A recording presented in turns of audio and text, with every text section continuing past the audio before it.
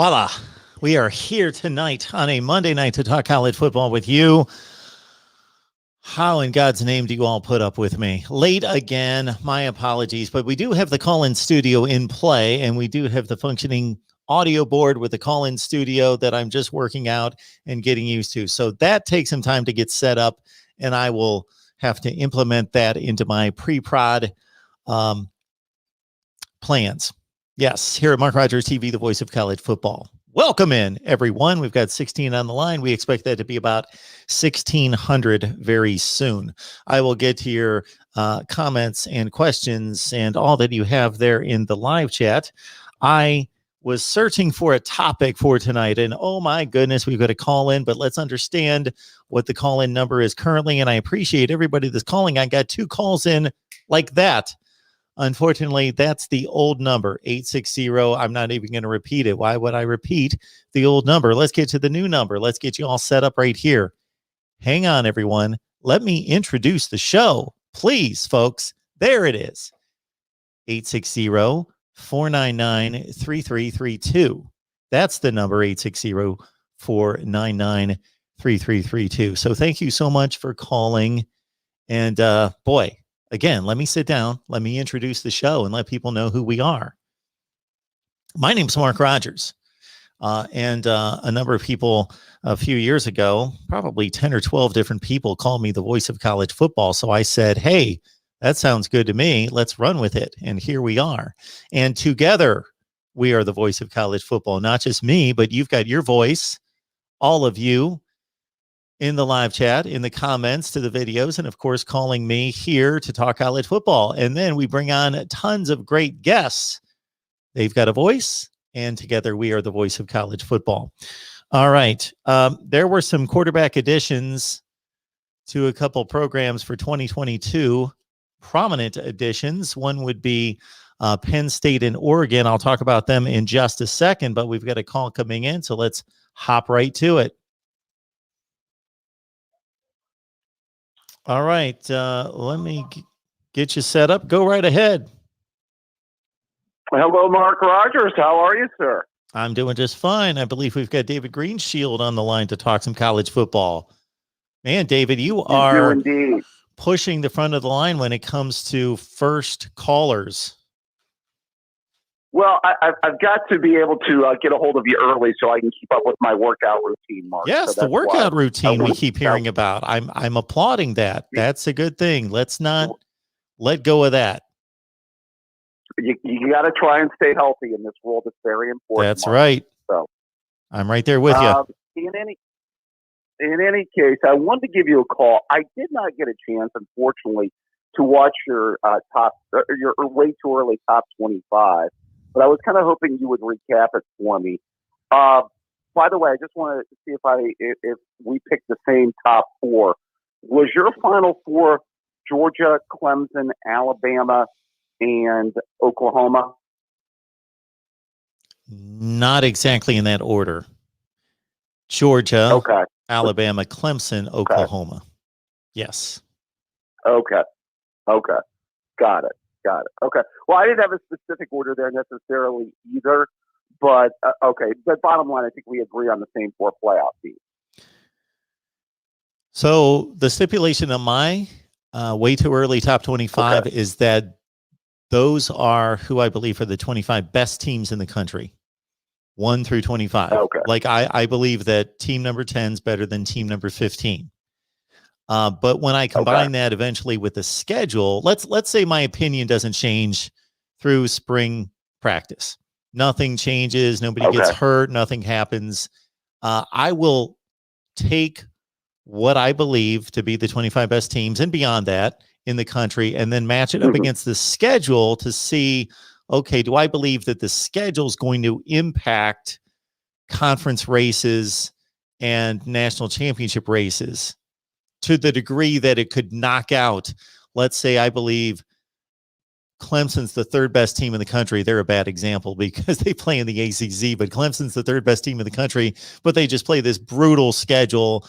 And so I think they're going to go 10-2 and miss the playoffs. But I truly believe that the 3rd best team in the country.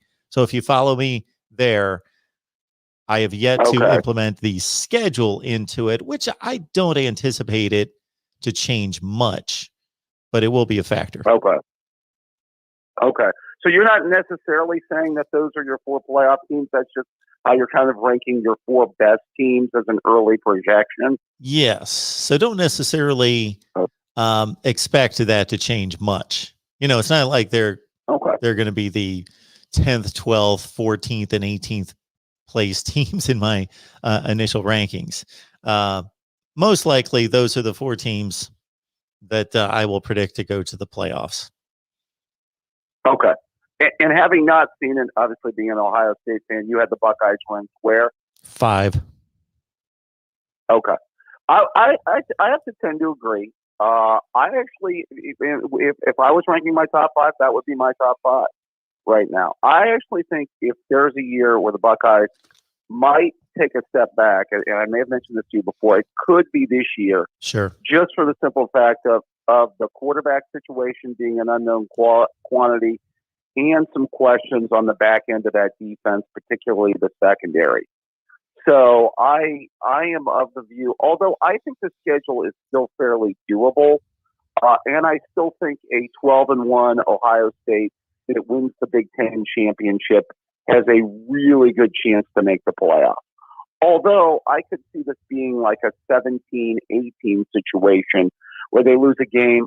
I don't see them losing 2 games based on this schedule like they did in 17, although you never know. That Oregon game early on is going to be an interesting barometer. I believe you had Oregon in your top 10, correct? I don't have it in front of me. I believe I had Oregon 9. I believe so. Yes. Okay. Something So in that you had range. them. So by that ranking, okay, you probably had them winning the conference then, right? Well, if you look at the rankings and the conference champions don't always align, but typically they do. I didn't predict the conferences. Yeah, I don't have the ratings in front of me. I don't remember exactly. Oh, yes, I do. Yeah. Where is it? That was my next to last version. I tweaked it after that. Yeah, it wasn't necessarily something I was trying to keep, but yeah, I believe I've got Oregon in the top 10. Okay. Well, I'm just thinking. There's probably a good chance that you're only Pac-10 team in the top 10, though. I would think, Mark. Yes. Although I had USC close, I had USC in that range, in that 12 or 13 range. Yeah, I think I saw some numbers that both USC and Oregon were getting basically the same odds to win the national championship. Okay. I don't see any issue with that. Yeah, I could see. I think that's going to be a close race. I think those are the top 2 teams for sure. But I do think that'll be a good barometer game for both Ohio State and Oregon, especially with both teams being different quarterback situations. You mentioned Oregon's their quarterback had transferred out, correct? Yeah, Tyler Shook's now at Texas Tech. They have a young man by the name of Butterfield, whom I don't know anything about other than he was a 4-star. We talked to, we're going to have an Oregon conversation released here in the next day or two. We went through the entire offense and defense. But Anthony Brown, who you recall from Boston College, he had a 20 touchdown, 8 interceptions season as Boston College's starter a couple of years ago. He should win the starting quarterback job, but he's going to be pushed because he's not a great quarterback, but he has that experience and he's decent. Sure. Yeah, I think Cristobal's done a good job there of recruiting. It seems like their talent, they're going to be solid this year. It would have been interesting to see what they could have done in a full season last year because, I thought they had a pretty good team, obviously, in 19 that won the Rose Bowl with the Justin Herbert team. So, yeah, I'm excited. I want to see it. I think that's going to be like an interesting, good gauge for both teams. I'm expecting CJ Stroud, and I know that's kind of what you're hearing from your Buckeye people, to be the starting quarterback for Ohio State. So that's going to be interesting for me. Hey, I wanted to ask you a question. Hmm. One of your SEC people were calling about the Auburn situation, the coaching situation, and you had made a point, and it's the first time I heard you kind of confirm this. That you had said that if you were in charge of Auburn, you would have let Gus Malzahn go, or you didn't have a problem with Gus Malzahn losing his job. I certainly don't have an issue with him losing his job. Okay. Would I have let him go? Yes, I would have let him go by now. Okay. Yes. Okay. Okay. I don't think it's Now, just a ridiculously horrible job that he did, that there's no question that he should have been let go. I can also listen to the argument defending his tenure and that he deserved a little bit more time. I do think it's a difficult decision. I think he did a capable job. He didn't do much more than a better than average kind of job. He didn't do, as we state all the time on here, he lost 4 to 5 games every year he was there after the national championship game run. right. Well, I mean, first of all, now you had stated that you believe Auburn's a top 10 to 15 job in the country. Yes. Okay. So somewhere within that range is probably about right. Think of this, David. After 1980, Sure. which was just a few years prior to Bear Bryant retiring, 1982 was his final season. But basically, Auburn emerged right in that realm. Pat Dye had already been there for a while. Bear Bryant's program was still near the top, but he did have a down season his last year. I believe they went 7-4, won a bowl game. So Auburn had caught Alabama by roughly 1980. And with Bo Jackson, they moved past Alabama. Not significantly. Alabama was still a top 15 to 25 team every year throughout the 80s, but Auburn was generally a top 5 kind of team most of those seasons in the 80s.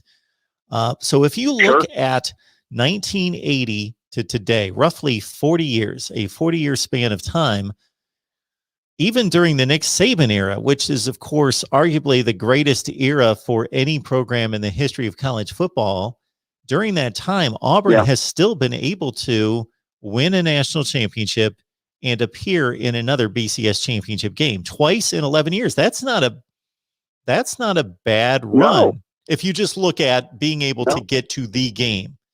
Of course, the other seasons, as we have discussed, have been disappointing, but not grossly disappointing, but 8-4, 7-5 disappointing. So over this 40-year span, Nick Saban is Nick Saban, and nobody's been able to generally challenge him, especially within the conference. Auburn has been, for most of those 40 years, outside of Saban, better than Alabama. So this whole thought process that I hear from people that talk about, well, they're in the SEC West and they're taking on Saban and Alabama, to just kind of throw your hands up and say, we give up. I don't buy into that thinking. I know it's difficult, and therefore some 8-4 seasons should be excused to say, yeah, that schedule was brutal. I'm all in on that argument, and to concede some of their down or slightly less than expectation type seasons. But just to throw your hands up and say we give up, when for 40 years you've been most of the time, more than half the time, better than Alabama, I just don't buy that mentality. Sure. Well, I remember I started watching college football in the 80s, and I vaguely remember, I guess, the end of the Bear Bryant era. The dominant team in the early 80s in the SEC were the Herschel Walker Georgia teams. They won the SEC 3 years in a row from 80 to 82. So they became the dominant team in the conference in the early part of the 80s. And then, I know Auburn had their run in the 80s, the Bo Jackson team. And then, Dye had a really good run against Alabama. Actually, Bill Curry never beat Pat Dye, if I'm not mistaken. Isn't that right, Mark? Bill Curry never beat Pat Dye. Yes, correct. And then, up until even the Saban era, I remember Tommy Tuberville, now Senator Tommy Tuberville, had pretty good success against Alabama, if I'm not mistaken. I actually thought he had a pretty good record against Alabama, if I'm not mistaken. Is that correct? Tommy Tuberville won 6 consecutive games against Alabama. I don't remember his full record, but it's got to be well over 500. He won 6 straight. Right. Now, mind you, Gus Malzahn won 70% of his games, or 71% of the games. I think you quoted the stat. He's beaten Nick Saban 3 times. Now, granted, it was just the first year, and, we can talk about it, but he got within 1 play of winning a national championship. And on top of that, he did get to another SEC title game after that. I'm not trying to make the case, and I guess you can make the justification for that type of resume, especially because, and I know you've given me the numbers, since the championship game appearance in 2013, what their record's been like, and it's not been overall as good as you would like to think, especially with them recruiting right around a top 10 level. I get your point, but yeah, Mark, I guess I come back to that fundamental fact that they are competing against the best dynasty in college football, maybe one of the greatest dynasties we've ever seen. In my opinion, the greatest college football coach of all time in Nick Saban. So you tell me, that's going to be a tough nut for anybody to crack. Kirby Smart, who's recruiting at a top 3 level, who I believe was Mark Rogers' number 1 team in his early top 25, has not cracked that nut. We were fortunate at Ohio State. We were able to do it once, and it was with one of our better teams. Clemson's been able to do it at the national level a couple of times. So I'm not saying you throw your hands up in the air, but I think that sometimes we lose a little perspective in we have to understand what we're up against to a certain extent. And the other thing too, Mark, I'll add this last little point, and I'll let you go on this. If you're going to let him go, are your Auburn people sold on this? Is it Brian Harsin? Is that the hire? Yes. Name of the guy? Okay. Are they? Is that that's supposed to be the coach that moves the needle here? Is that what we're supposed to think?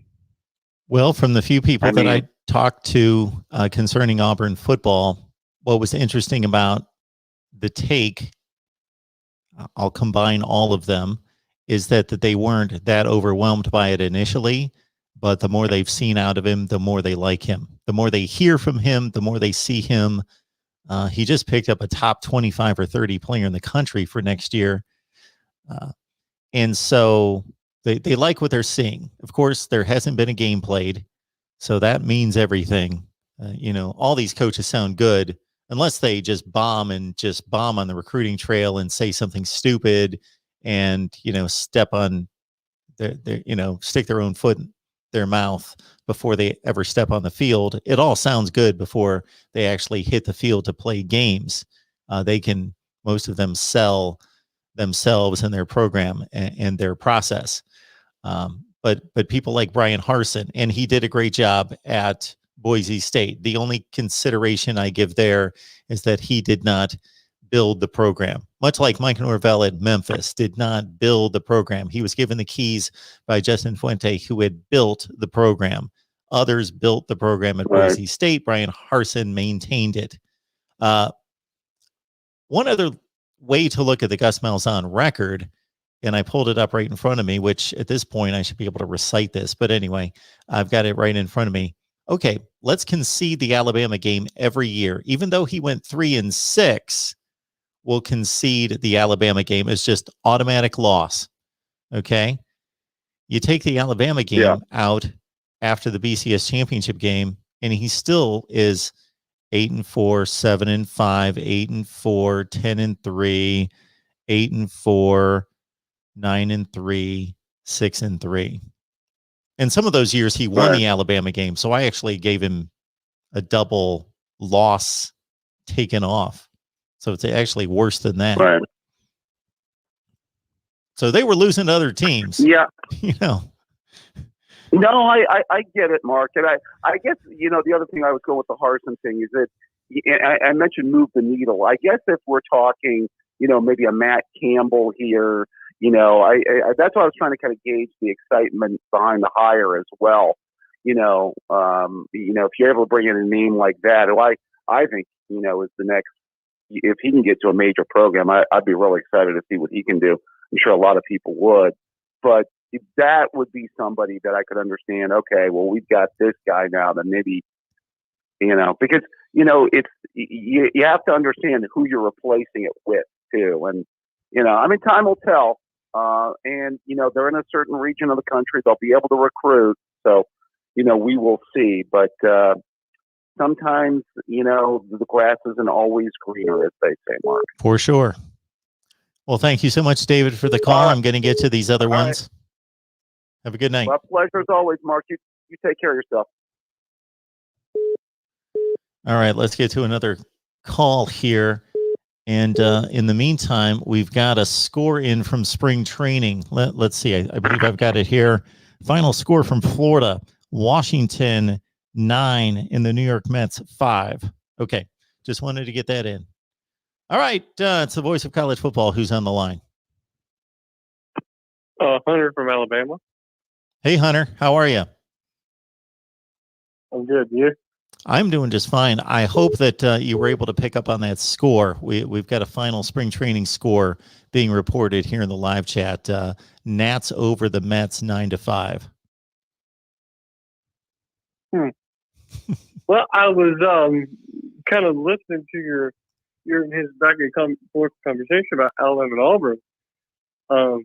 This is what I pay attention to all the time. So I can shed a little bit of a light, I guess. I think I told you this before, I think Auburn could have hired somebody better. The question is, who would be that better hire, given the market at the time that they fired Malzahn? Who could they have hired other than Brian Harsin this season? Well, all we need to do is look around college football and see who's been hired.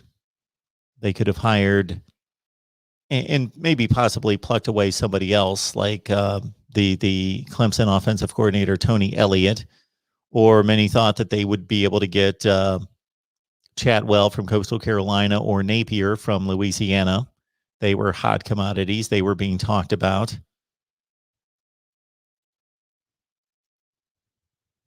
Well, I just don't know how realistic they had a chance of landing one of those guys.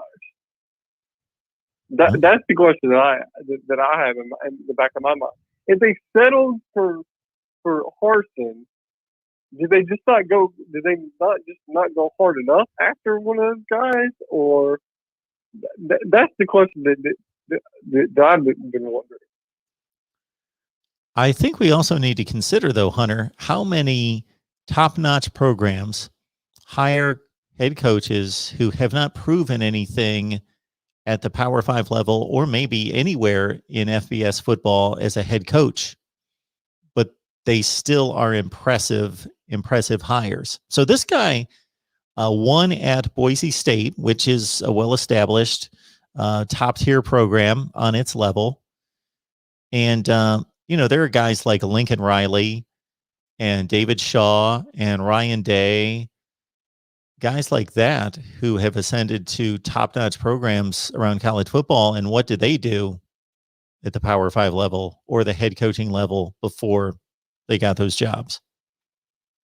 So not everybody can go out and get Nick Saban or Urban Meyer to be their next head coach, is the point I'm making.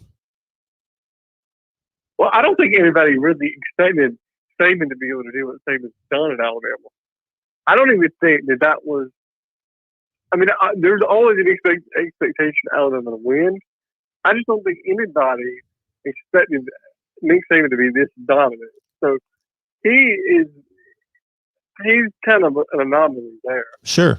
Because I don't think many people expected that. After, so yeah, you're right. My thing is living in the state of Alabama and being a big SEC fan. I want Auburn to be good because then it just makes Iron Bowl better. It's one of the most highly rated games every year, regardless of who's doing what in that in that year. Um, it's just one of those things where Auburn hasn't been able to get back to what they had during that 2013 season, and being able to pull off any. Sure, they beat Alabama a couple times, but they've not been able to be consistently good year in and year out. And I don't think. I think that what Auburn really screwed up was firing Tuberville when they fired Tuberville. I thought that was a mistake when they fired him. I would generally agree. It's hard for me to go back now and remember the situation, but I thought he had a very underrated run at Auburn. Very much that he had a underappreciated run at Auburn. They, again, can you imagine an SEC champion that's undefeated not getting a shot to win a national championship? So they will go down in history as being most likely the last. And that's not his fault. He did everything he could. He won the best league in the country, most likely, and had an undefeated team. So if he would have won a national championship that year, his coaching tenure would look completely. There'd probably be how many more people watching us right now and listening to these videos that would know who Tommy Tuberville is, just if he would have just won that national championship, which he had no control over. And then the rest of his run at Auburn was strong. I'm looking at it right now. He finished, let's see, from the beginning in 1998, which I remember well, actually 99. So I was near and dear and close to this situation at the time because I was covering the SEC, and I was most notably covering Alabama, Ole Miss, and Mississippi State. And he was at Ole Miss, and he left, and I was coaching that game against Mississippi State, in which he coached his last game, and covered both his hiring and then actually Tommy Tuberville, before he ever stepped on the field for Ole Miss, was kind enough to give me an interview at SEC Football Media Days and leave the coaching convention to head down the street to talk to me.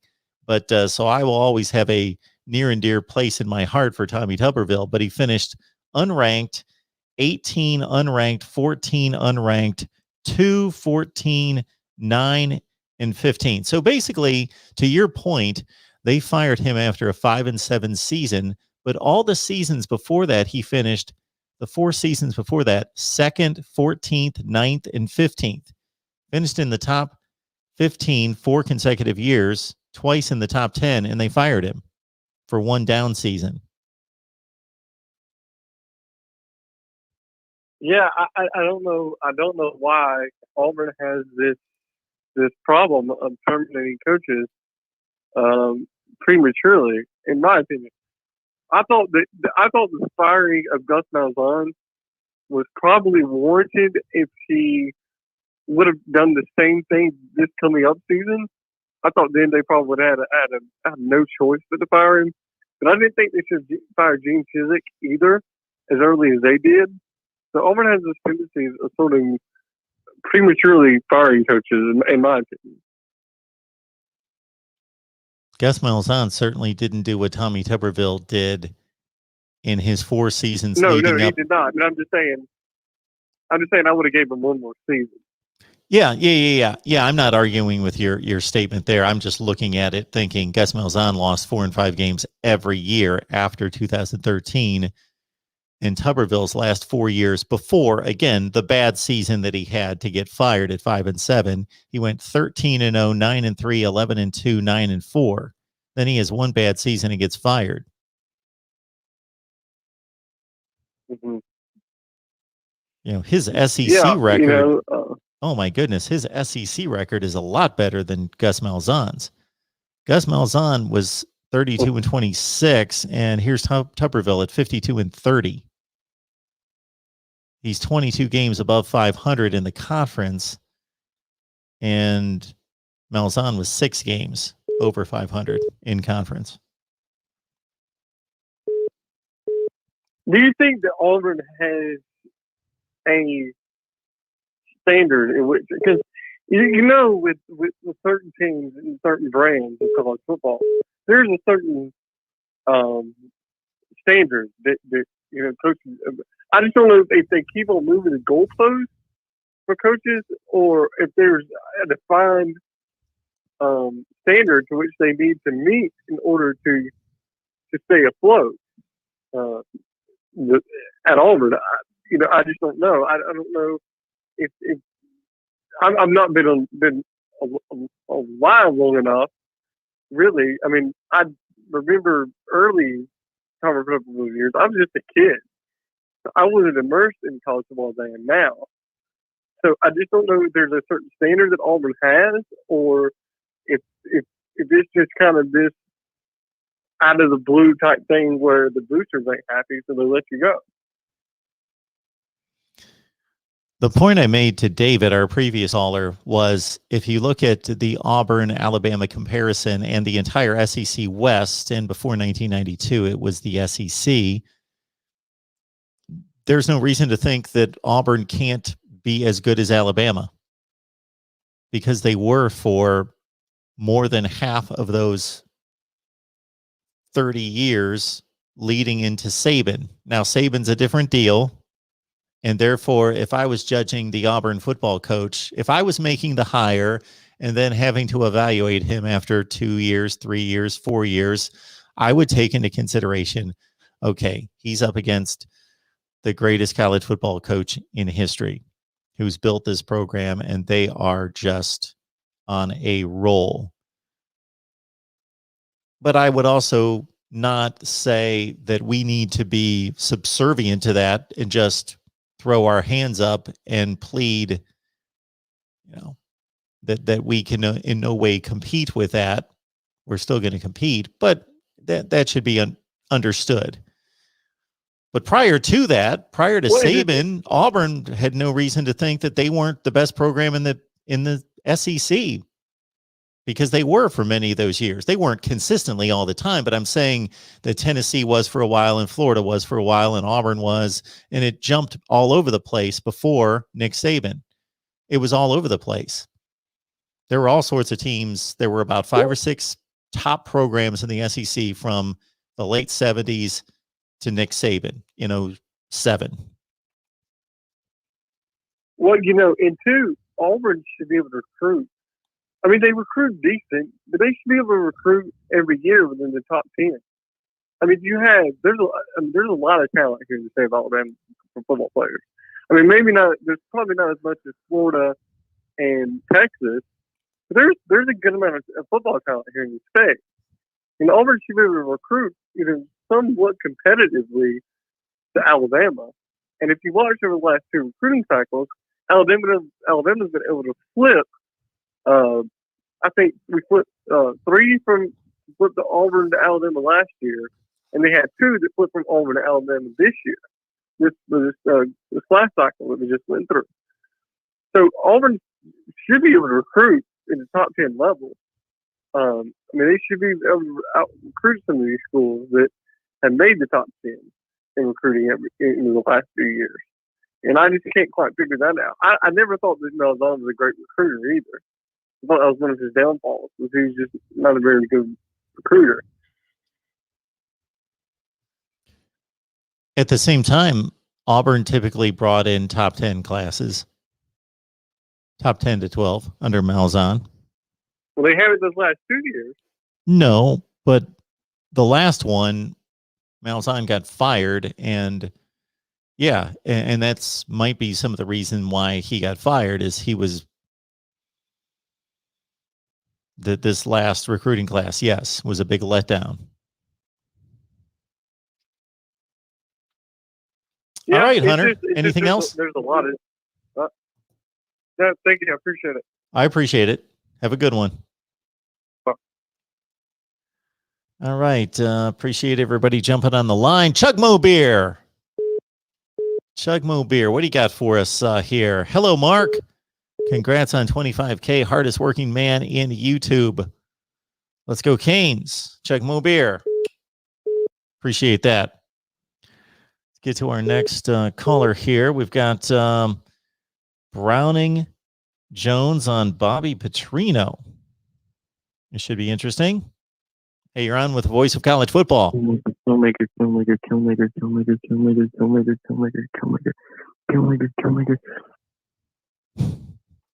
So, yeah, we probably should have had the tip off on the Bobby Petrino. I don't know how many people are wanting to discuss Bobby Petrino these days. Okay, we got Dominic here. Very nice. Maybe I'll make this a rule going forward that if you don't leave your name, and of course people can make up names. Dominic, how you doing tonight?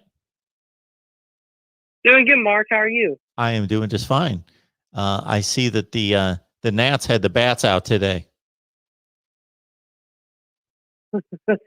Yeah, my Nationals were able to pull out a W over the Mets 9-5 today in Florida. So Nice. That was an interesting game. Sounds like it. Very important game too. Also, I put two more final scores. The Reds beating the Rockies 6-4, and the Brewers beating the Angels 10-9. Brewers beat the Angels 10-9. Trying to continue to pile on from that 1982 American League Championship Series win that they had over the Angels.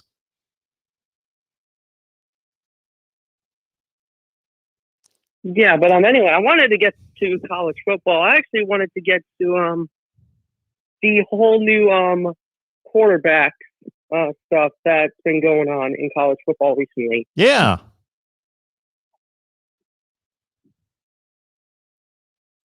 So the new quarterback for Alabama, I think he should be good for us next season.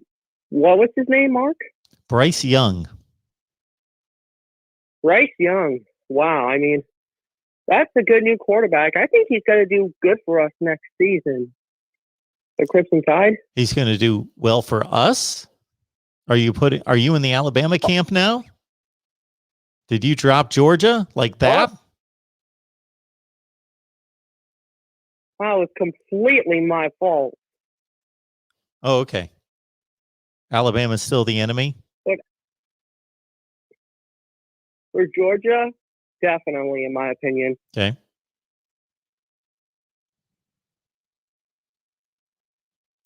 So, what do you think about the new quarterback for Alabama? Well, I think that Bryce Young is a phenom. I think that he's rated a 5-star, and I've never seen him play. He only played several snaps through 5 or 6 or 8 or 10 passes, something like that, against Missouri and a few other teams last year. So he only threw a handful of passes, but based on everything I know and everything, I haven't seen him play because pretty much nobody's seen him play, but just scouts and coaches. And he's an exceptional talent. He was the number 1 high school quarterback in the nation. He's supposed to be Russell Wilson-like. Yeah, that is true. Well, I just wanted to hop on quickly because I know you got some other calls coming in, so I'm going to let you get to that. All right, Dominic. Appreciate it. Have a good night. You too, Mark. Our friend Dominic on the line. Let's go to our next call, which is, Reasonable Gump.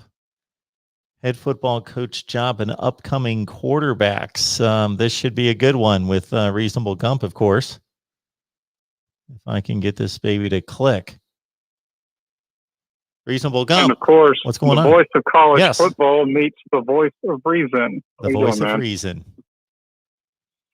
I am doing just fine. How are you? I'm doing okay.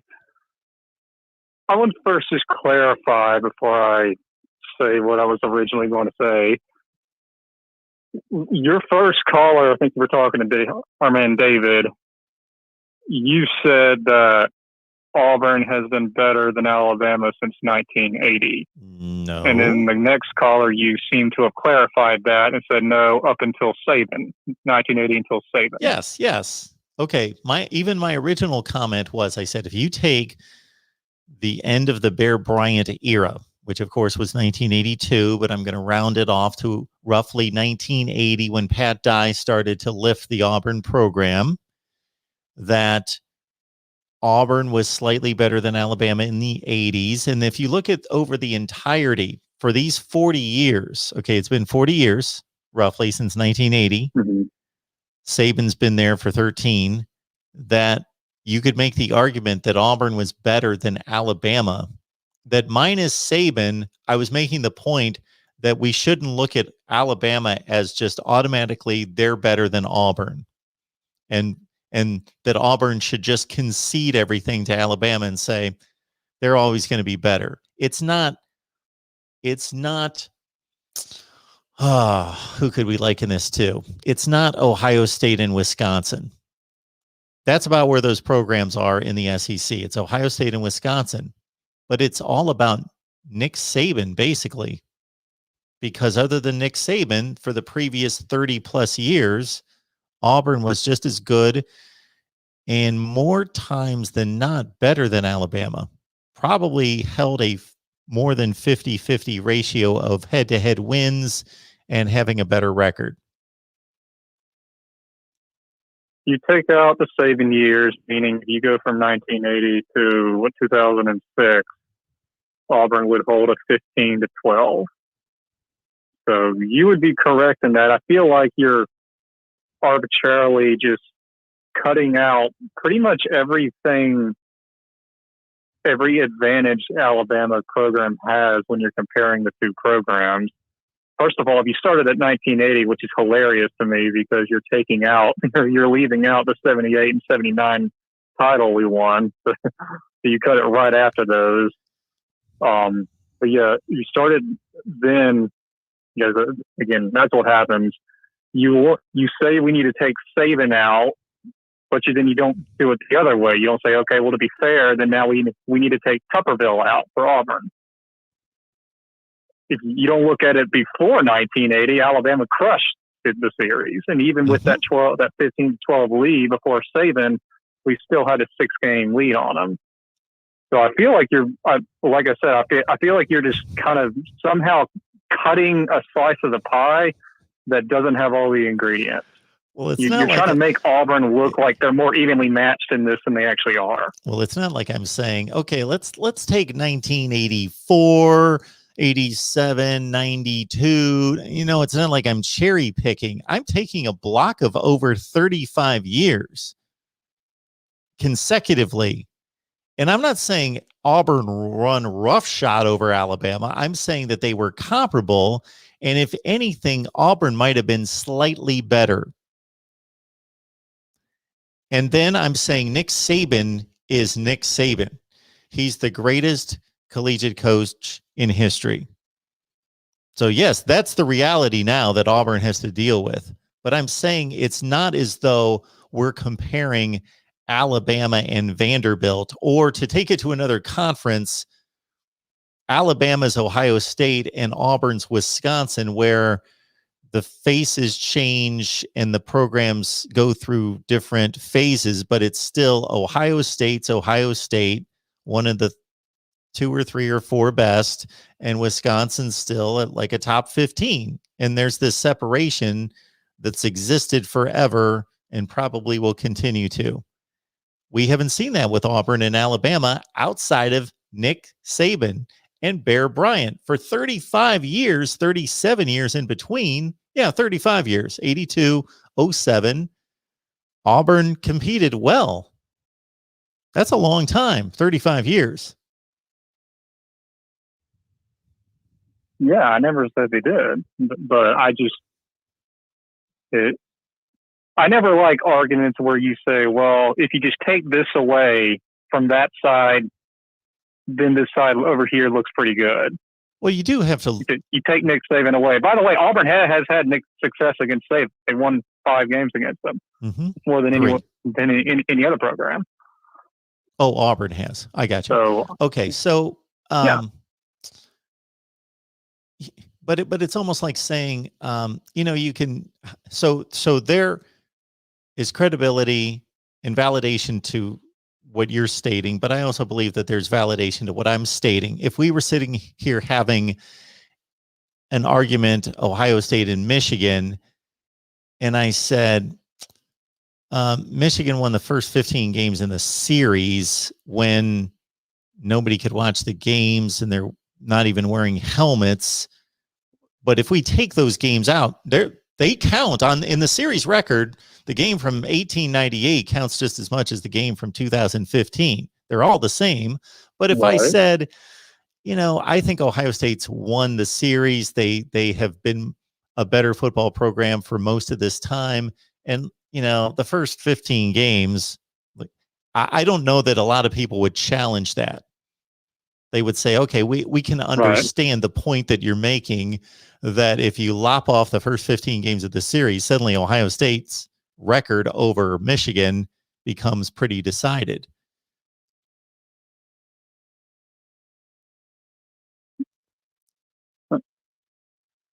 So I'm basically saying that Bear Bryant's one of the greatest coaches of all time, up until the last 5 to 10 years. Most would say the greatest. And now we've got the greatest. And we had 35 years in between where Auburn was just as good, if not better, and probably slightly better than Alabama. If we just want to say from that period, 1980 to 2006, then yes, they were. They each have one national title during that time period, and Auburn has more wins. So just by sheer numbers alone, Auburn would be a better program. By the way, I wasn't calling to try and argue and say, no, Auburn shouldn't hold themselves up this high. I think they should. I do think you're not quite appreciating the pound for pound difficulty of the Auburn head coaching job. I'm not. It's a harder job than Alabama. I've posted a video that said it's the most difficult job in the country if you consider the expectations.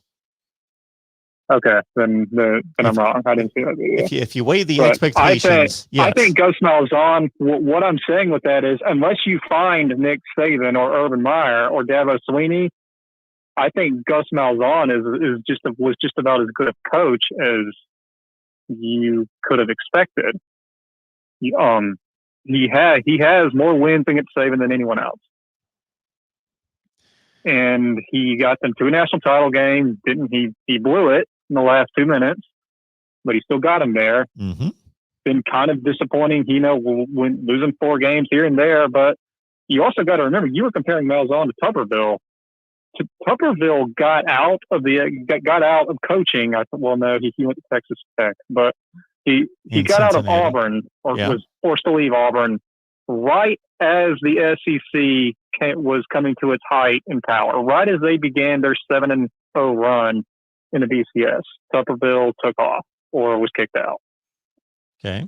So Tuberville, if you just look at it on a board, did things at Auburn that Gus Malzahn couldn't do, not the least of which was going undefeated in 2004 and running 6 in a row on Alabama, including 1 against Nick Saban. But he was not competing against the SEC that Gus Malzahn has. He was not competing against the Georgia or the Alabama or the LSU. Oh, well, I mean, LSU 2003, so I'm taking there. But he did not compete against the Texas A&M on an annual basis that Auburn has had to do now that Gus Malzahn's there. Yeah, I think that's a little overstated. He competed against a really good SEC. He competed against a better Tennessee during that time and a better Florida for most of that time than the Florida we've seen since. And yes, LSU was pretty much LSU throughout his run there. Saban showed up in 2000. That was Tuberville's second season. And LSU was LSU, a better LSU than what we've seen since, except for 2019. than the LSU we've seen since Les Miles. Right. LSU, the difficulty of LSU back then would be comparable to the difficulty of Auburn having to play Georgia every year right now. Sure. But still, I mean, if you want to say that Tennessee was really tough back then, fine. I'll give you Texas A&M or the LSU of right now. But playing Nick Saban in Alabama every year, there's no comparison. Tuberville's dealt with nothing. That's like one that. game. That's one game. Gus Malzahn has had success against that kind of program. I know. So he won 3 games and he lost 6, and he was 3-5 before this past pandemic year. So it still counts 3 and 6, but just making the point that within 8 years he won 3 times. So nobody's come close to that against Nick Saban in the SEC. Urban Meyer's got a small sample size, but I'm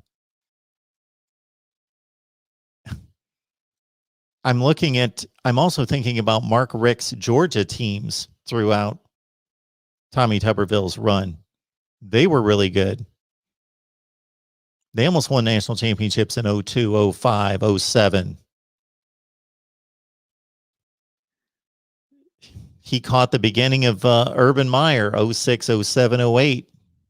2 of those 3 national championship teams from Urban Meyer. That was during Tommy Tuberville's Auburn stint. Mm-hmm.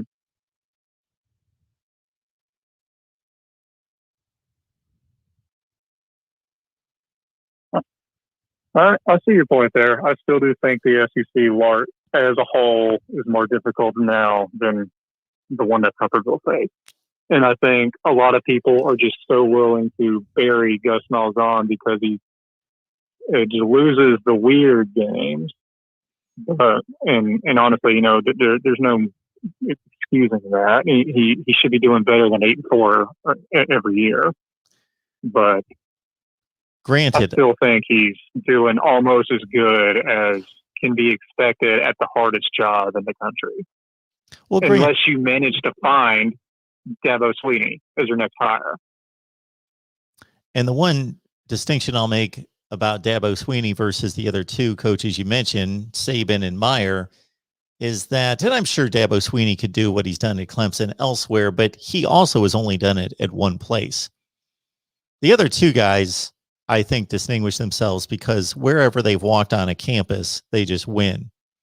They've gone different places. They've proven they can go anywhere and win. Dabo Swinney's a Clemson guy at this point. I know he's an Alabama guy originally, but he's done it at Clemson. I have little doubt he could do it elsewhere, but he hasn't had to. So I distinguish Saban and Meyer as being just guys that walk on any campus in America as long as they've got talent to work with and they're going to win. Right. Well, anyway, I personally think it was kind of a silly move to let him go this year. Again, I think he's had just about as good a success as you can expect at that job in this day and age. I mean, it's just not. I don't think that job has ever been harder than it is right now. And I do think part of the reason probably was the recruiting class. It was they were in the 40s before Gus Malzahn started getting whispers of him getting fired. And that's just unacceptable. Maybe someone had tipped him off at the beginning of the year. It's like, look, we're going to play nice for the PR or something, but you're not going to be here next year. So maybe he didn't try. I can kind of actually see that happening. I mean, it's kind of inexplicable how low Auburn finished in recruiting this year. So, maybe it's something like that. But I think Auburn fans do expect more than they're going to realistically get. I think they are looking at what Saban's doing at Alabama and thinking that they should be doing that. Whereas, I'm an Alabama fan, and I don't realistically think anyone, even Alabama, before or after Nick Saban, should be looking at that and comparing yourself to this. Ohio State, USC, Texas, Oklahoma, Notre Dame. None of these programs have had this kind of run, in such a short amount of time. It's just not feasible. Real quick, so I can actually address the topic of your video. Do you think Bryce Young's height would be an issue for him starting next year? His height? Yeah, he's 5'11". He's Kyler Murray-ish. How is that going to be any different? Is he going to grow between his freshman or his redshirt freshman and sophomore No, I'm season? asking you if you think this is going to be like a Stetson Bennett situation where we have him back there and defensive linemen just put their arms up and he can't throw the ball. Well, I'm not Alabama's saying never tried it. And as far as I know, Nick Saban doesn't know how to help design an offense like Lincoln Riley did with Kyler Murray, where every time he gets the ball, he just runs around, gets outside so he can throw it. No, we don't really do that. It's a valid point, but those two guys can't be compared in any other way, meaning Bryce Young and Stetson Bennett. So while he is comparable in the height category, and there are going to be plays this season that hurts him. Yes. I think that was debunked a few years ago. I think with Kyler Murray and a few others, Russell Wilson, I think that's been debunked to a certain extent. I think the game's just played differently. It's played so much outside the pocket than it used to be. We'll see. We never told a quarterback to get outside the pocket and throw it before. Yeah. So I'm interested to see if we can do that. All right, man. That's all I got for today. Appreciate it. Have a good one. Bye-bye.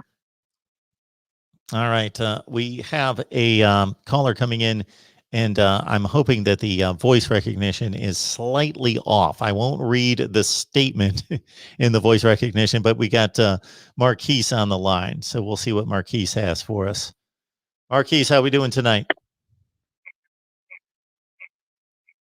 Hello, Marquise? Marquise. No. Unfortunately, Marquise is not with us here. All right, we'll move on to the next call. Oh, man, we got Kevin from Dallas chiming in here. And, when you try to left click and you catch it too far in the middle and it brings up some kind of a deal, then you got to try to get out of that. That's where we are right now. Kevin, how are we doing tonight? Oh, it's still not coming up for me.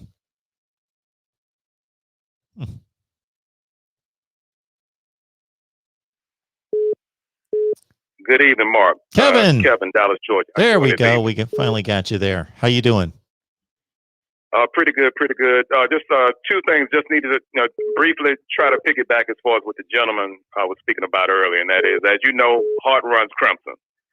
And the thing I want you to know, Mark, as far as what you were going back and forth, as far as that walk, if you will, there are some that believe. Let me ask you this, Mark. How many titles have Nick Saban won? Let's see, it's 6 with Alabama, 7 total. The average fan, you have a part of the fan base that will only give him credit for the 6 that he won at Alabama. If you ask him, is he ahead of Bear Bryant right now? They would say no. They would say he's only won 6 with Alabama and they're not willing to give him credit for the one he won at LSU. So that's what, in part, not in whole, but in part, what you dealt with a few seconds ago. And to say that Malzahn, as far as in Auburn, was a difficult job, if you're being paid what he's being paid, Mark, what he was being paid, is it that difficult? Well, I don't think that money makes a job less difficult. It just makes it more worth going through the grind. It validates the work and the difficulties and the crap that you have to put up with in the job. Three keys. Yep. Okay. I was just going to say, I just don't understand the mentality that, we're Auburn. We have to play Alabama every year. We play in the toughest division in football, so we're okay with losing 4 and 5 games every year.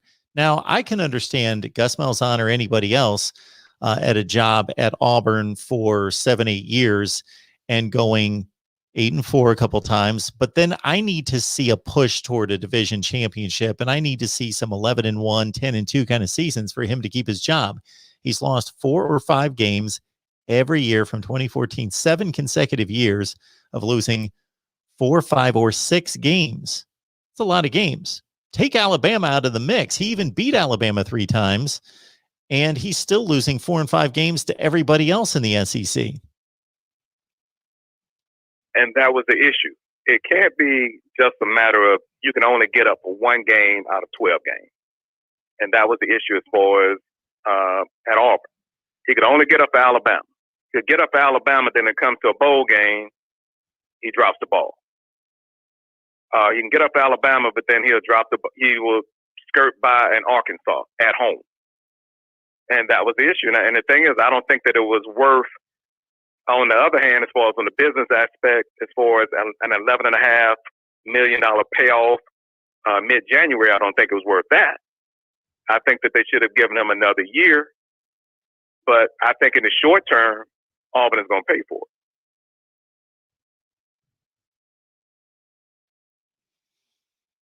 it. And Mark, what I wanted to ask you was in reference to coaching what if, as far as when it came to the aforementioned, as far as the previous caller, Bear Bryant. Bear Bryant, the alleged, answering mother's call as far as to come back home to coach the University of Alabama. Fast forward to mama calling you to come back home as far as 2.0 when Alabama requested that Bobby Bowden be the coach of Alabama. What do you think would have been the difference? I know it's just conjecture, but as far as the difference, as far as how Alabama could have been able to bridge as far as from Bear Bryant to Bobby Bowden, and whether Bobby Bowden would have been there, say, 20 years in Tuscaloosa. So I must be forgetting something. Was Bowden offered the job immediately after Bryant in 82? Well, I mean, it wasn't immediately, but I mean, it wasn't a long period of time. Okay. We're not talking about 5, 6, 10 years. We're talking about, say, maybe, I'm thinking no more than 5 years. Okay. But I'm just thinking, just the mere fact of, okay, Florida State or Alabama. And I mean, and one thing, even at that time, Alabama had the name. And as far as Florida State was concerned, it was more so as in I'm building something on the premises of building something. So what's the old song? Do I stay or should I go? So I was just wondering as far as how do you feel, hey, maybe the history of the University of Alabama would have changed as far as from that moment in time up until, say, maybe, 10 to 12 years after that.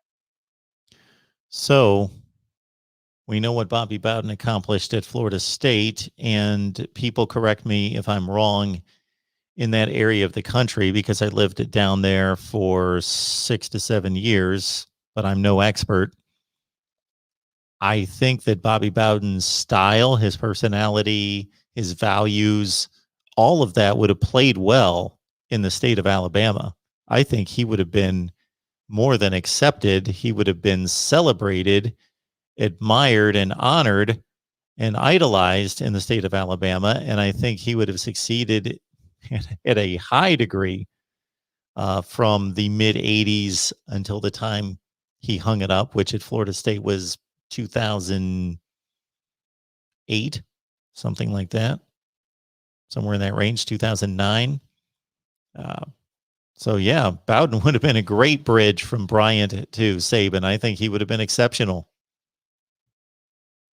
And then also when you bring up as far as Nick Saban, I mean, really the only reason why Nick Saban is at the University of Alabama now is that the doggone, as far as the doctor wouldn't pass Drew Brees on the physical. If you could have the choice of Drew Brees or Dante Culpepper, he would have chose Drew Brees, and hey, he could still been with the Dolphins. So I mean, it's just how decisions that are made that are good and decisions that are made that are bad affect as far as history. Because even before that, and then one thing that Alabama has to, the university and those fans have to realize how blessed they are, Mark, is that just think as far as guys that could be on the side, that guys that could have been on the sideline and have on their resume coaches of the University of Alabama. Rich Rodriguez and Mike Price. Mm-hmm. As far as Rich Rod was concerned, the fans didn't like his wife, allegedly, supposedly. And then when it came to Mike Price and his son, before they could even sign a doggone contract, being fined as far as in a strip bar as far as Panama City. So, Mark, would it be safe to say that history would truly have not, Alabama fans would not be smiling right now by saying, okay, we can brag about having Mike Price and Rich Rod as far as coaches. And who knows who else? Because look at Rich Rod's performance at Michigan. I don't know that it's about a 5% chance that he would still be the head coach at Alabama. And he wouldn't, of course, had to do anything close to what Saban did. He would have just had to go a lot of 10-2s and 9-3s to keep his job, which is decent. But Rich Rod would not still be the head coach at Alabama. I'm positive of that. He just doesn't have not just the football ability, but the personal accountability and credibility and ethics to keep the ship straight for that long in the SEC. What I find laughable, Kevin, is that, and I just heard this the other day again, I hear it all the time and it's crazy, and I'm no defender of Nick Saban's, but that he failed with the Miami Dolphins. Okay, he didn't succeed. He didn't fail. He was there for 2 years. It's not like his teams went 2-14. He went 8-8 and 7-9. He went 15-17 and he was gone. I consider that an incomplete. He didn't fail. It wasn't like he was an utter failure, embarrassment, won a couple games and that was it. He was gone. He took over a team that was pretty marginal and he hadn't yet elevated them. But that's what you'll find, Mark, as far as many people that want to throw salt, want to throw dirt on Nick Saban, they will bring that up.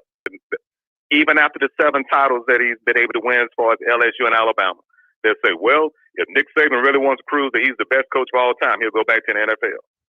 So, I mean, you're going to forever have those, that small group that will make that statement. One question I want to ask you, Mark, and that was just in reference to your conference. And I'll just leave it at that, your conference. My conference? Other than well, I have to put you on blast, Mark, your conference. Because I'm gonna say it's your Big Ten. I think they're all my conference. I'm okay. We're the voice of college football here. I cover all of them. I'm going to be an ACC lover. I'm gonna fly in the face of a ton of people that criticize me for getting on the ACC too much, and I'm just going to pull for the ACC this year. All right, noted, Mark. All right, my Big Ten. Okay, the Big Ten. When it comes to the Big Ten, other than Ohio State, what 4 schools? And I would say I will include Ohio State and give me 3 other schools in which have that what I would call infrastructure and meeting 3 criteria. One would be invested in winning. 2 would be a matter of if you put the old I can't think of the protractor, and you went maybe a 200 to 300 mile radius of said institution, that if you needed to recruit as your base 200 to 300 miles as far as in every direction, that you could do it. And as far as really, as far as instead of, as we say in the South, instead of football being religion, it is simply religion, which, other than Ohio State, would be 3 other institutions that would meet that criteria. You killed it with point number 2. Coach. Your point number 2 killed your question. Or maybe it made your question. Point number 2, Penn State's the only one that can fill that. There's nobody else in the Big Ten that has the kind of recruiting footprint or in their area other than Ohio State and Penn State, where they can just sit it. Even Ohio State can't stay where they are and just recruit within a couple 100 miles. They all have to go somewhere, but Ohio State and Penn State are the 2 that can stay as close to home, because Ohio and Pennsylvania are the 2 best football playing states in the region. Penn State's the only one that comes close to fitting your criteria all the way around. Wisconsin wants to win, does everything they can to win. They got to go elsewhere for players. They get their linemen and their linebackers in Wisconsin and Minnesota and the surrounding area. They like to go out to New Jersey. At least Barry Alvarez kind of set that trend, and they continue to do that. Then they go where they need to go, Georgia, Florida, to get a lot of wide receivers. Not that they never have a wide receiver in Wisconsin. Actually, one of their best, Jared Abradaris, I believe, was a Wisconsin kid. But anyway, they've got to go there for a ton of skilled position players like a Melvin Gordon. But they have to go everybody. No, there's not enough players in Big Ten country. There's linemen, and there are some quarterbacks, and of course there are wide receivers and stuff, but not enough of them. Ohio State and Penn State. And that's the reason why I preface as far as that last part, Mark, as far as saying the base. And your base being your O-line, your D-line. Mm-hmm. So, I mean, if you have that base, then, okay, you will have to, go outside of your footprint as far as to, get those skill positions. But I was just trying to think as far as what other schools other than, as you stated, Ohio State, Penn State, and then I think as far as in the previous conversation you had stated, as far as that financial investment being Nebraska, as far as facilities as well as all those other things involved in facilities as far as to make football, as far as being able to take your game to that other level when you're bringing prospective recruits to the school. So what would be that last school then, Mark? Well, I like your three O-linemen, D-linemen. I like your three-parter, and I would rank the schools differently in all three of those categories because Nebraska ranks high in the religion standpoint. They're they're arguably ahead or right there with Ohio State in terms of being obsessed. They just don't have any players. They're having trouble getting players there. They got plenty of tight ends and offensive linemen they got there, but little else. So my schools in order that fit that. First of all, I'm saying that Ohio State's the only one that obviously fits that. Penn State's a clear number 2. Wisconsin's a clear number 3. Nebraska's 4, and Michigan's 5.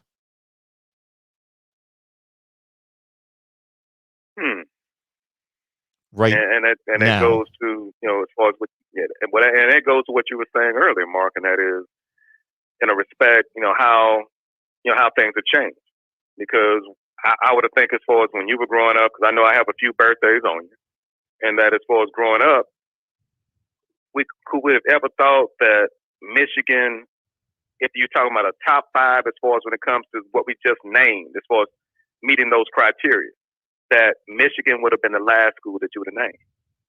That it would have been more, that Michigan at worst would have been 1B. Mm-hmm.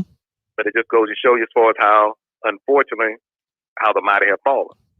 And my question is, okay, if Auburn can pay 11.5 as far as to show Gus Malzahn the door, then okay, how much longer will it be that you're gonna, as far as Michigan's gonna wait for Harbaugh to beat Ohio State? Kevin, this I don't pandemic, see that coming anytime soon unless. Yep. This pandemic showed us just how much of a disconnect there is in the Big Ten, meaning the SEC sold out to play football, to make football important, for it to be religion. Yes. The ACC has some of that SEC. Some of that is rubbed off on the ACC, but of course it's a basketball conference. But for its top tiers, I think they commit to playing well in football, and the powers that be in the ACC want football to succeed. The Big 12 is a good football conference. They love football. Of course, there's a ton of teams there in Texas. Then the Pac-12 is the opposite. The Pac-12 put other things as higher priorities than football, and football was down the list. Because I'll state this all the time. Of course, there are huge football fans in California and Oregon. There's just not as many of them per capita. If you take 1 million people in Alabama, 950,000 of them are rabid football fans. I'm exaggerating. I'm just taking a number. If you take 1 million people in California, it might be 50,000 people are rabid football fans. So they're out there. It's just not enough of them to make it important enough. The Big Ten is caught in the middle where their elitists, their hierarchy, their academia, all the people that care about running universities don't care about football. And of course, I'm generalizing. There's 14 different schools. The people in the Midwest care about football. The people, the players, the coaches, the working man in the Midwest care about football, but there's a disconnect. And that's why you had a fight. That's why they fought. That's why all the university presidents and the regents and the board of directors and all them said, we're not playing football. And the players and the people and the fan bases came out and said, hell no. What are you talking about? Yes, we're playing football. And you had a big fight. And that didn't take place anywhere else. The Pac-12 was resigned to just, we won't play football until the Big Ten said they were going to play football. Then they jumped on board, where the SEC was full bore and the ACC pretty much went along with the SEC, and then the Big 12. You saw the big fight in the Big 10. Well, along those lines, Mark, would you say that a lot of it has to do, I can say a lot of it, nothing, but it all has to do with leadership, or in some cases like the up. And one last comment, Mark, and it was just in reference to, you had made a comment as far as in a previous show in regards to the college football, that NFL, and I'm just putting a word, for lack of a better word, was ahead of college football. And I think it goes back to one thing that you stated, as far as one statement you had made earlier in reference to geography. You know, when it comes to, say, the South, and when I say South, I'm really honest, as far as I'm concerned, I'm just really looking at from Louisiana, you know, as far as what I call the South, as in Louisiana, Mississippi, Alabama, Georgia. As far as Florida's concerned, I would have to pretty much split Florida in half, and it may not be exactly half, but I would say probably Jacksonville northward. And I would say that the college imprint is stronger there than as far as the professional footprint.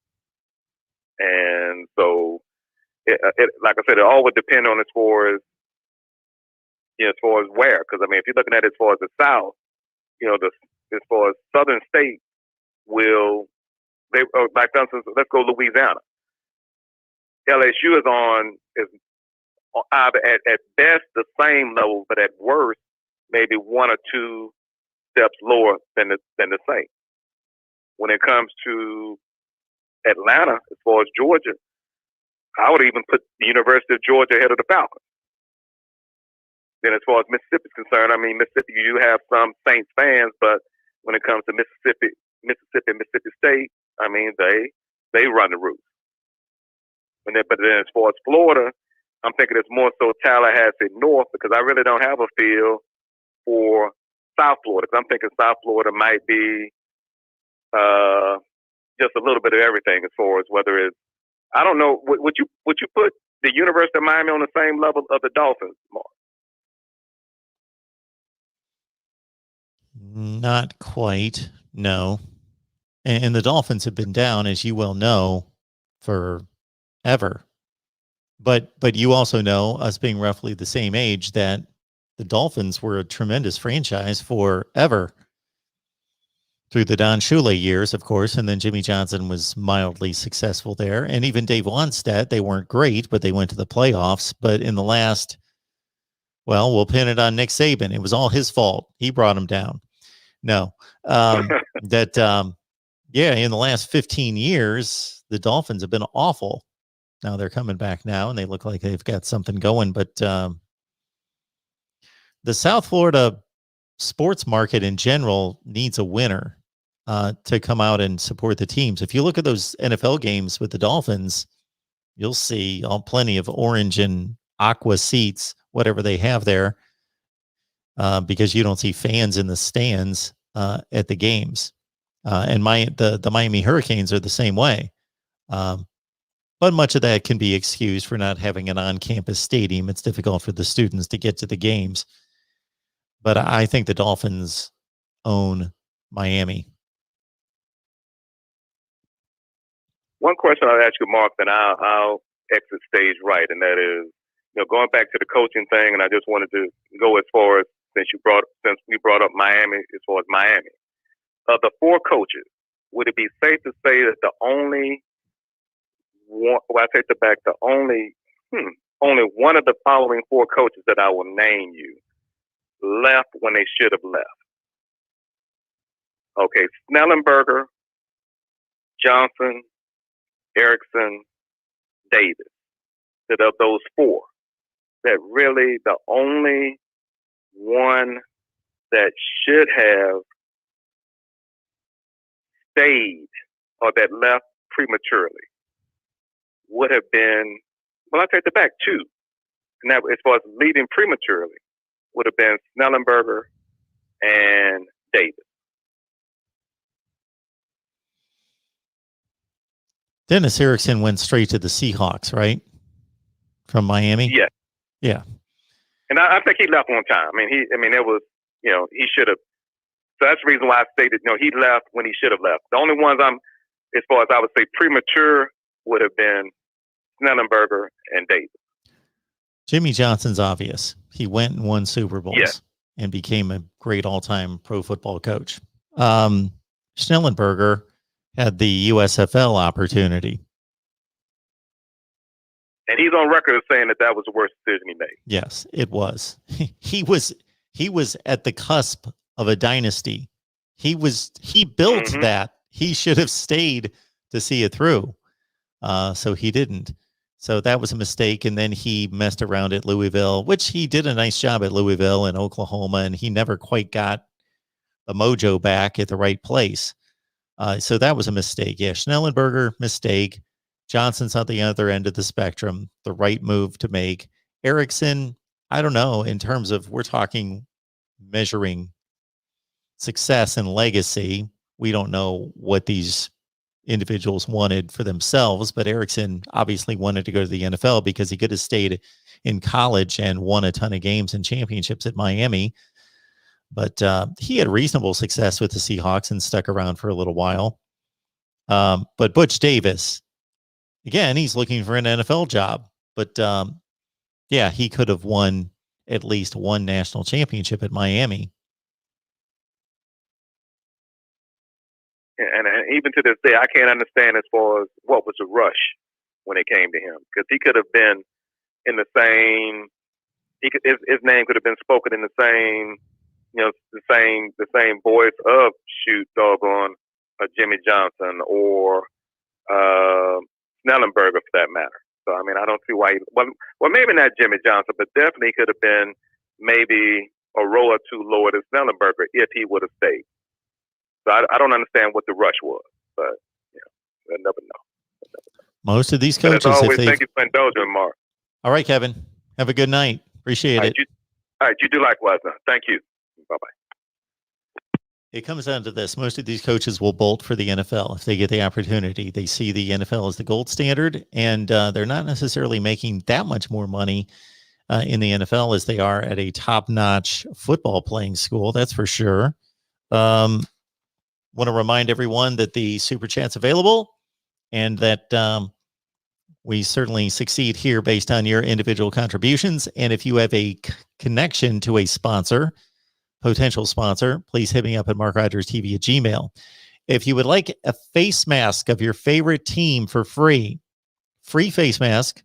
So, for example, like Kevin, if you're an Alabama fan, if you would like an Alabama face mask, you get one for free. Go to Voice of College Football, voiceofcollegefootball.com.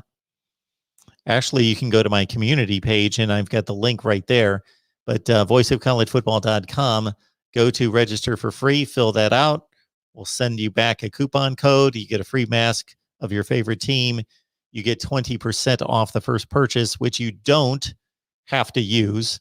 So it's not necessary, but you do get 20% off with that coupon. And then you also are placed in a drawing for a $25 gift card. So voiceofcollegefootball.com. And please give me some time to get back to you because there's something wrong with my email that's coming from that site. So I've got to work that out with the guy that designed the site. And if you want to see me make a sponsor pitch, just click on become a sponsor. Click on that. You'll have a fun time watching my little 30-second video with my suit jacket on. All right, let's go to our next call here. Keep in mind that we've got a Patreon as well that you can join for 16 cents a day with exclusive live streams and watch parties and an insider look at the voice of college football that we delivered the most recently on Sunday. All right, let's see. Lee Hall's on the line. How you doing tonight, Lee? Hello, Lee?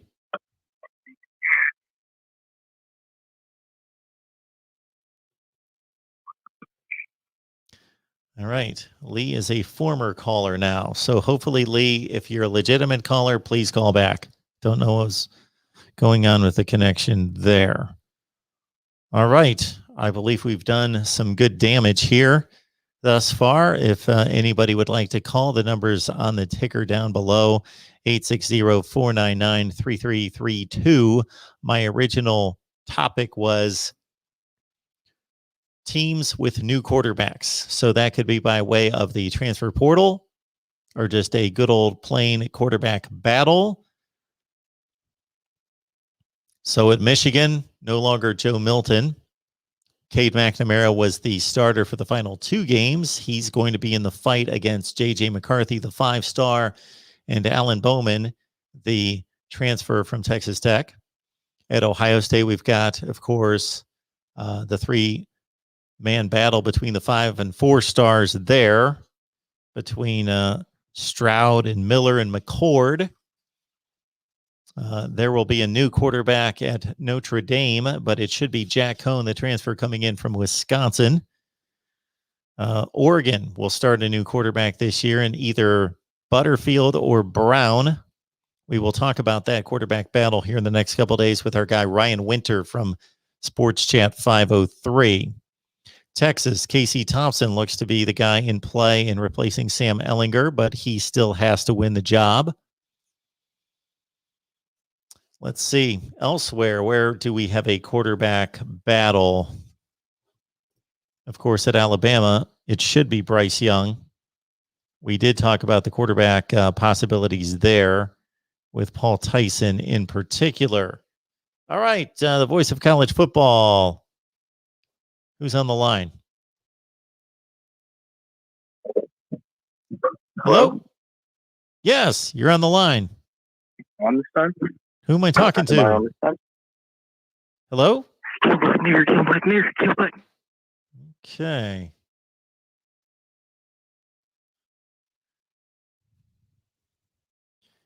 I am quite amazed by the idiocy of these people. But why should I be amazed?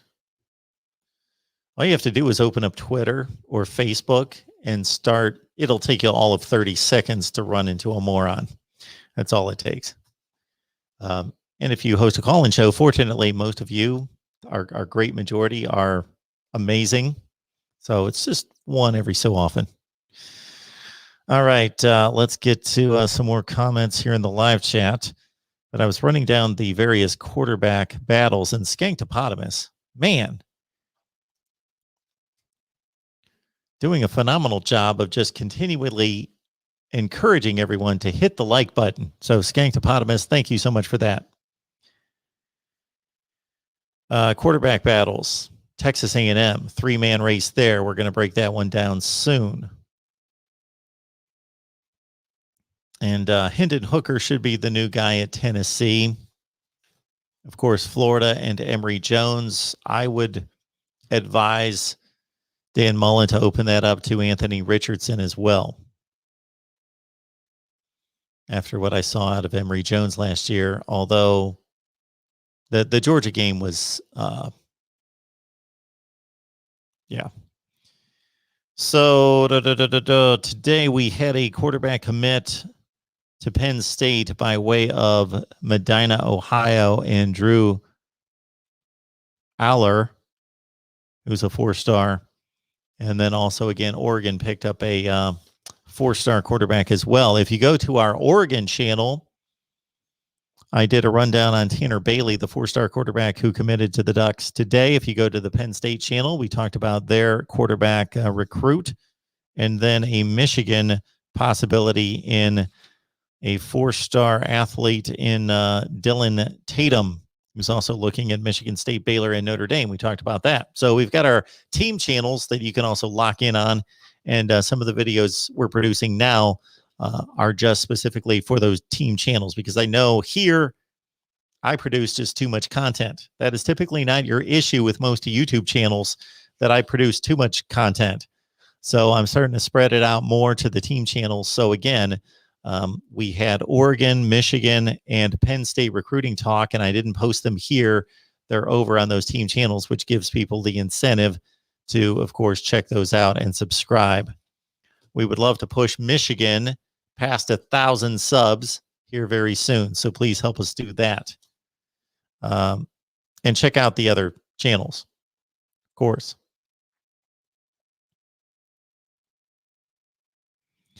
George is here. Good to see George. David Knight. Cheryl. Skanktopotamus again. I apologize to Jeremiah. He asked me a couple of questions and I lost track of them. I think he asked me if Iowa State had a shot against Oklahoma this year. Unfortunately for Iowa State, it may play out this way. They just posted their best season in school history. And if you look at the Iowa State personnel, and we've got an Iowa State video coming out just in the next few days. And this Iowa State video, for any of you who just love college football talk, it's a great conversation with our guy on boy, don't let me try to remember his name. That's I believe an SB Nation guy. Please do not call the previous the old phone line. We're now at 860-499-3332. So tremendous Iowa State football conversation. We exhaustively went through the offensive, defensive, special teams, just Iowa State culture, what they're doing, what makes Matt Campbell so good, recruiting, all of it. And I think it might be unfortunate for Iowa State that Oklahoma is this loaded this year, because this Iowa State team, coming off the best season in school history, might field, on paper, it is the best Iowa State team in history. It's better than last year's team. Breece Hall's back. Brock Purdy's back. Charlie Kohler. Xavier Hutchinson, their best wide receiver, caught 64 balls last year. Mike Rose and most of the talent on defense is back. Iowa State is they are loaded with veteran talent. Loaded. That's going to be one of the big games of the year. Iowa State goes to Oklahoma.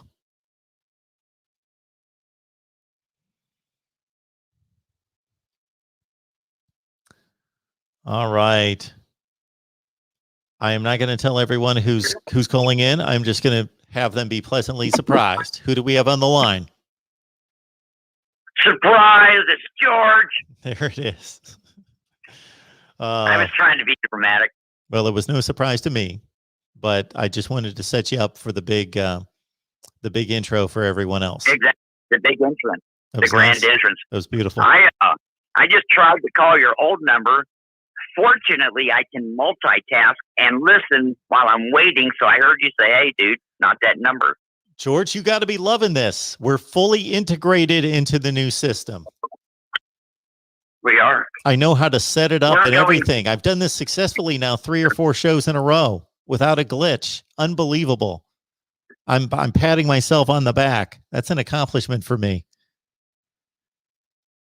It won't hurt. It can only help. Hey, Mark. Yeah. If there was one thing I would like the listening audience to know, they don't understand how much it means if every time they bought something off Amazon, they used your link. It just adds up. A penny here, a penny there, 30 cents, $1.50, and it doesn't cost them a dime more Amazon just gives you a couple cents as an affiliate. It's a good gig. Oh, George, can you shoot some promos for me? That would be phenomenal. I just did. You could use. You did. You're right. You did. You did a 15-second promo for me right there. And that's exactly right. And I know it's a pain. And George, let me say this. I get it. If I was on the other side of this and I listened to some dude every other day and I thought he had a good college football show and I just sat there and listened and he kept spewing out this thing about use the Amazon link, go in the description section, I'd probably have to hear that for a couple months before I'd be like, all right, maybe I should do that. Maybe I should help him out. It's not going to be a big deal. It's the same exact thing. I just need to make sure I grab his link. I get that. Listen, it's a very legitimate side hustle. Amazon will do anybody in your listening audience can make a thing and put a link on it. They'll get the exact same deal you get, right? Sure. And most of the time someone's buying for $20. It's no big deal. Maybe you get 60 cents, 20 cents. Who knows what the formulation is, right? It depends on the product. If they buy a $600 compressor or an $800 thing or something, now it makes a difference. That might be $60, you know? There's a guy selling this information online. He showed his checks for over the years. He got 190,000, 260,000.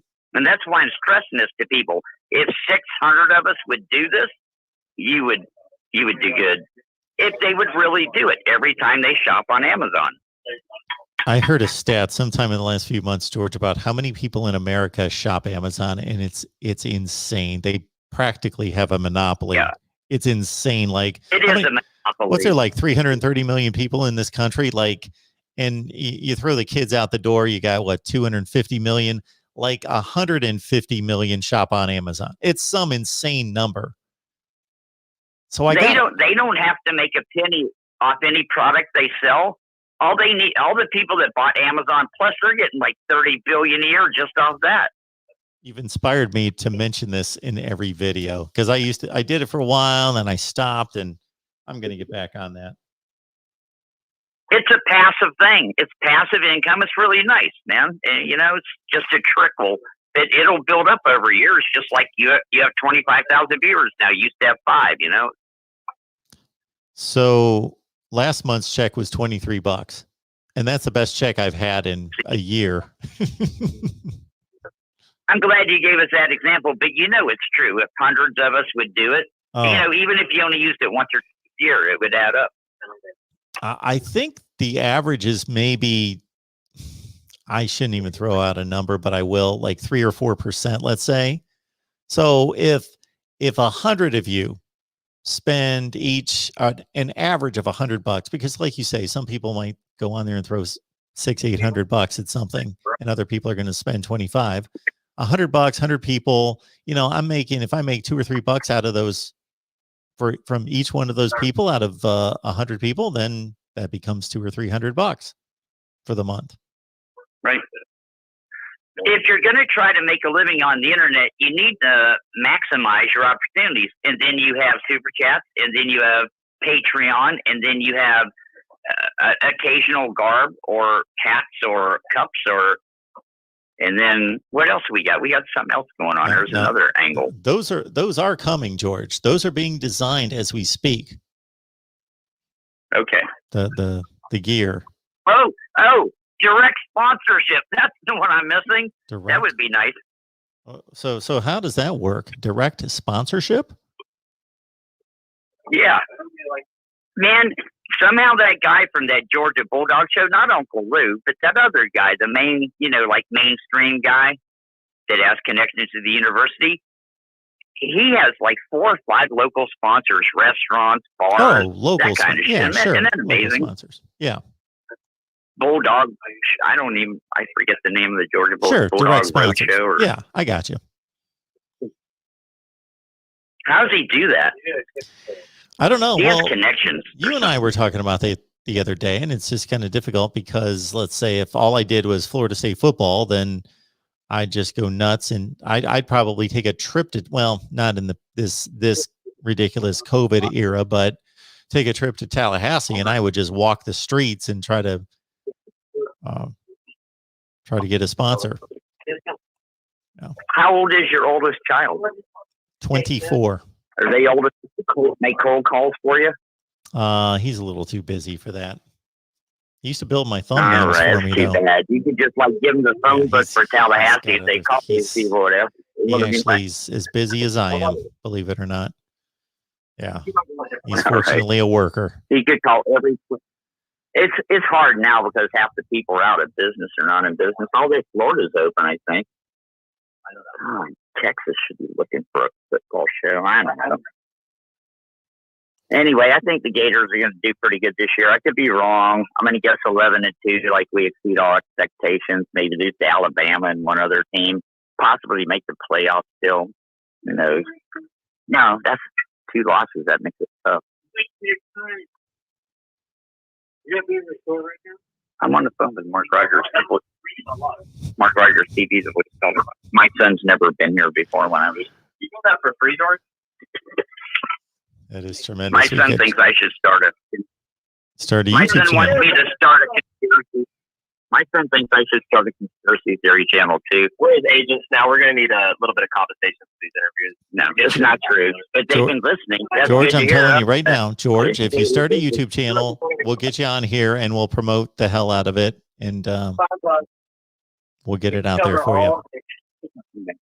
Let me say, in the chat section, we were going over somebody got a vaccine and somebody didn't. And all I ask is that you watch this film. It's like 20 minutes by a lady doctor. She has like 6 clinics. She's written 5 books. She's the head of several organizations.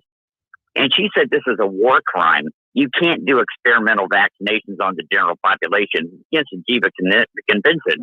There's no informed consent. It's practically pressed upon you and coerced. And I just had this short video, and I watched hundreds and hundreds of them. Like, if this one doesn't get it through your head, I don't know what would. I mean, the lady uses war criminal a lot of times. She's a higher stake than D, and I have 30 of these videos. Like, what are they doing? Stop. Informed consent. Can we just wait 2 years and see what happens? Can we just never do the whole thing again? Just stop forever and just go back to eating grass or where we're supposed to be doing? If my dog doesn't feel good, eat some fucking grass. You know, I'm pretty sure that'll work. Nope. All right, George. It seems to work. Love you guys. You can be my marketing director anytime you'd like. I'm thinking all the time, Mark. We're going to figure this out. I know you are.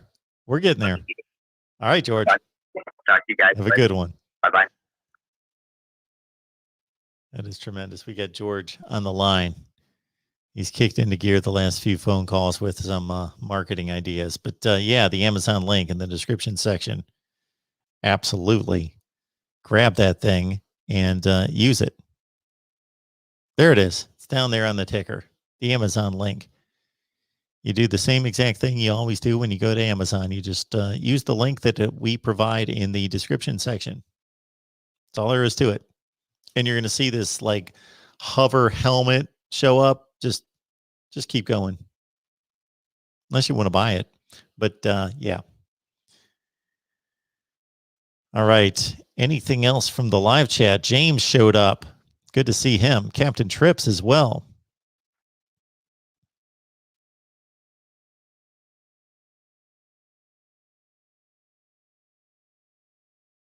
What do we got here? Anything else I need to hit? Sanctopotamus letting people know I got 2 like button hits, Mark. Did you notice? Sanctopotamus, I'm not keeping track of the likes. So you keep doing that. Appreciate that. Thank you.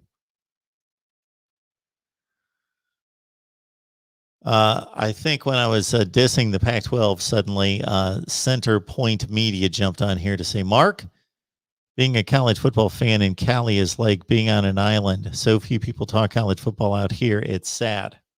That's what I'm talking about. The Rod Farva, Michigan's president, could care less about football. That's what I'm talking about. Big disconnect in the Big Ten. Jobo's late again.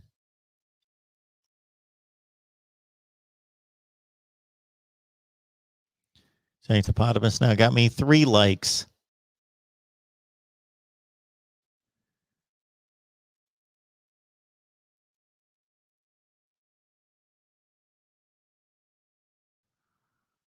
All right, everyone. please, when you leave tonight, please hit the like button and share these videos on social media. So I look at it this way.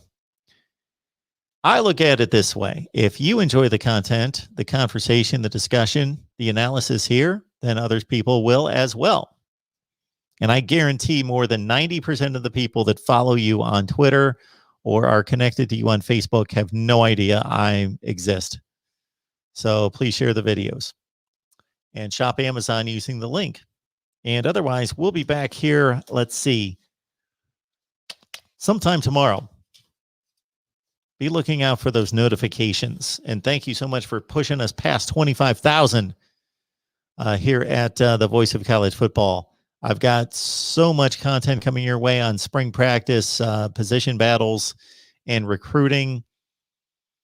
Iowa State, Ohio State, Michigan, Texas A&M, Auburn, Alabama, Oklahoma, and so many others. So be looking out for those videos. And another disputed national championship season was posted recently, 1997. What is the next season you would like to see posted? Even though nobody watches those, the people that do watch them are rabid. So, all right, good to see everyone. We will see you tomorrow. Keep it locked in here.